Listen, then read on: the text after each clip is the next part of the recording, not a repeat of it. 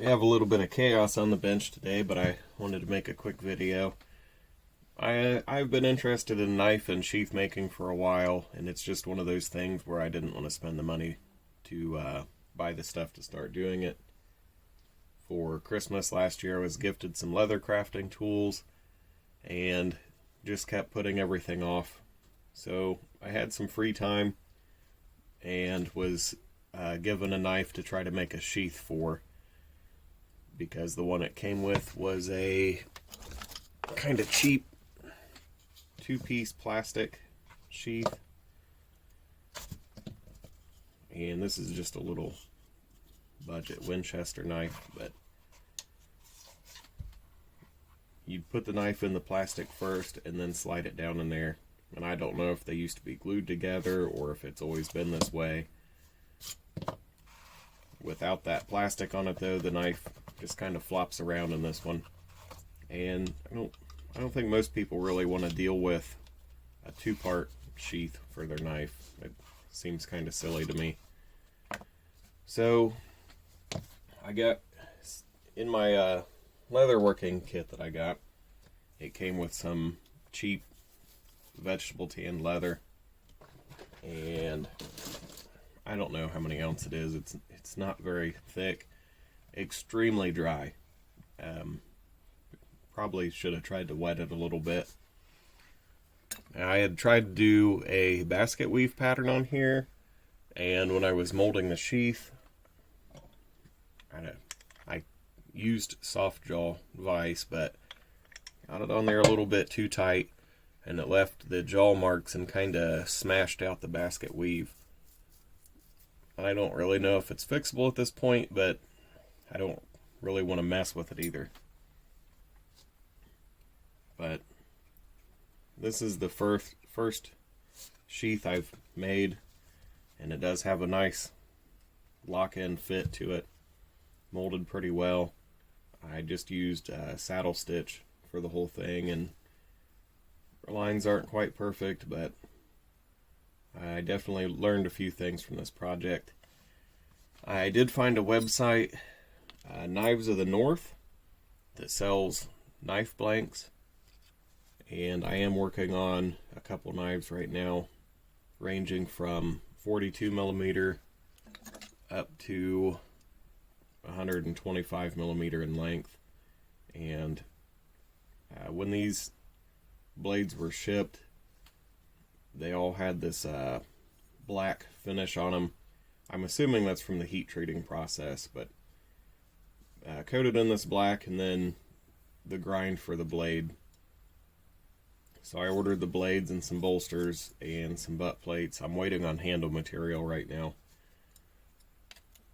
I tried just taking them a little light sandpaper and polishing stone, but the surface is kind of pitted and hazy, so I've been running these across some water stones and oil stones before hitting them on the bench. My bench polisher here, and it cleans them up really nicely. It's just time consuming. So one thing that I learned real quickly when making the sheath is I initially intended for the handle to be the area that locks in. That's the reason these are folded over that shape. And then I realized that this part of the blade is bigger than this part of the handle. It can't lock to the handle, otherwise the blade can't come out. So I trimmed back some of the leather right here, and I ended up leaving these rounded to the shape of the handle. It's not really going to make a difference to it, but I figured that might help keep it from getting caught on things when it's being worn on the belt loop. I mean, it can always be taken off later. Another thing I figured out was you need to erase all your pencil marks before you put the stain on, because now I can't get the pencil marks off. I had traced my piece of leather that goes in between when it's folded in half, on the outside so that I knew where to run the stitches. And I had also drawn out a grid pattern for the basket weave stamp so that I could try to keep them straight and in line. And just I got a lot of it erased before I started staining, but I kind of got in a rush. And I don't have leather stain. I had read online where some people were using oil-based wood stains, so that's what I had on hand. That's what I tried using. Came out really well in my opinion for first time use. I think this was just 3 coats, and a lot of people said that you have to apply it, let it sit for a minute, and then wipe it back off. This soaked right in. I wiped it on with an old sock, and within a couple minutes it was already dry to the touch. Just soaked it right up. Whenever I got to the point of burnishing the edges, you can see that when I sanded, I did not sand until everything was flush like I should have. So there are a few spots where there's some imperfections right there, right here, there and there, but I think it cleaned up decently well, and I can always take it back to the sander and take those areas back down. I didn't think about it beforehand, but I should have burnished these edges before I put the belt loop on, because now that it's on there, it is going to be a huge pain to get these areas. It's recommended to use contact cement or rubber cement when gluing the pieces together before sewing them. I did not have any at the time when I started making this, and I'm not very patient, so I used different glues. I tried a couple different kinds of glues, and they seeped out of the side a little bit, so I'm going to have to take a razor blade and try to clean it up. Which again is one of those learning curves. You could follow the directions the first time, or just wing it and deal with the consequences. Definitely should have stained the inside of the belt loop first. I can still get in there, but it would have been a lot easier just to stain it before folding it and gluing it. Just marking out the areas I wanted to glue and not staining those. Would have been a much better solution. One thing I found with the cheap set that I got, the cheap leatherworking set, the groove tool for where you're going to put your stitches, it gets clogged up extremely easy, and I know you can't always do it with the back side after you drill through, but the front side before you drill, it cuts so much easier if you use that tool first and then punch your holes. It also makes it easy for you to keep your holes in a straight line if you've already got the groove in there to follow.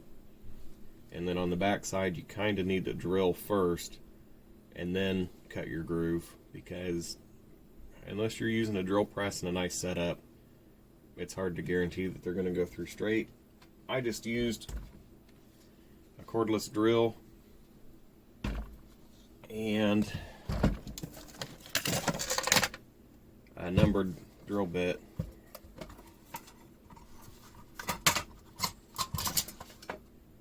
I used a number 46 drill bit. It is really close to 2 millimeters in diameter, and for the size needles I have, that seemed about perfect to be able to do a saddle stitch and not get hung up on the stitches every other needle pass. One tip I did pick up online: instead of tying a knot in your string, these strings are wax coated synthetic materials, so when you put heat to them, they melt. So when you get to the end of your saddle stitch and you pass it through a couple times to get a nice little buildup of string and tension there, you take your lighter and put the heat, trim your string a little long, and when you put heat to it from your lighter, it'll start to melt, and just use your finger to mash that melted string back down on top of the other string, and it kind of forms a little solid block right there. And then once everything's done, you can go through and put a little dab of contact cement or rubber cement or super glue or whatever on top of the string to keep it from coming undone, just as an extra precaution. So all in all, for the first sheath, I don't think it turned out too bad. Hopefully when we start finishing up some of these other knives, can get a little bit better quality out of them.